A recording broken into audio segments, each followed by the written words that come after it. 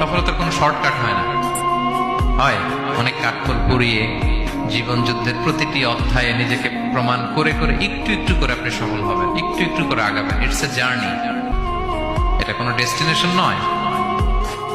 এবং সফল হওয়ার পথ পরিক্রমায় কোনো লিফট নেই, সিঁড়ি বেয়ে উপরে উঠতে হয়। কি বেয়ে? কিন্তু আমরা সফল হতে চাই কিভাবে? ডাইরেক্ট 100 তলায় তো আমি সফল, উপরে সবার উপরে আমি, এইভাবে চাই সফলতাটা।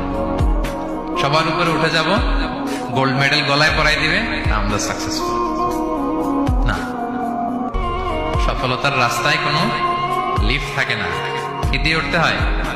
সিঁড়ি বেয়ে ঘাম জড়িয়ে উঠতে হয়। দেখেন, শুধু আলোর মুখ দেখার জন্য মায়ের পেটে আমাদের কত সময় লাগছে বলেন তো? জাস্ট একটু লাইট, হ্যাঁ 9 মাস 10 মাস সময় লাগছে শুধু একটু আলো দেখবো আমরা। একটু আলোর মুখ দেখার জন্য আমার লাগছে 9 মাস। আর এখানে আমরা শর্টকাট খুঁজি, খালি কি খুঁজি? সফলতার কোনো শর্টকাট নেই। অল্প এফোর্টে যারা সফল হতে চায় এরা কোনোদিন সফল হয় না।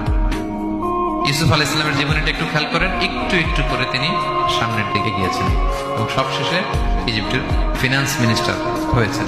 এজন্য ধৈর্য ধারণ করতে হবে, নিজের সর্বোচ্চটুকু উজাড় করে দিয়ে আপনার রোলটা আপনি প্লে করবেন, এরপর আল্লাহ তাআলার উপর ভরসা রাখবেন। কিন্তু অনেক চেষ্টার পরেও যদি কাঙ্ক্ষিত সফলতা না পান, হতাশ হওয়ার কিছু নাই।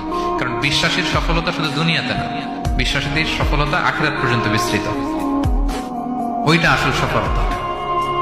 ফামান যুহজিহা আনিন নারি ওয়া উদখিলাল জান্নাতা ফাকাদ ফাজ। যে জাহান্নাম থেকে মুক্তি পেল, জান্নাতের নিশ্চয়তা পেল, সেই সফল। আমরা যেন সেই সফলতার জন্য অপেক্ষা করি, আমরা যেন দুনিয়া আখিরাত উভয় জাহানে সফল হতে পারি। আল্লাহ তাআলা আমাদের সবাইকে কথাগুলো বোঝার ও আমল করার তৌফিক দান করুন। হাযা মা ইনদি ওয়াল ইলমু ইনদাল্লাহ আলাইহি তাওয়াক্কালতু ওয়া ইলাইহি উনীব।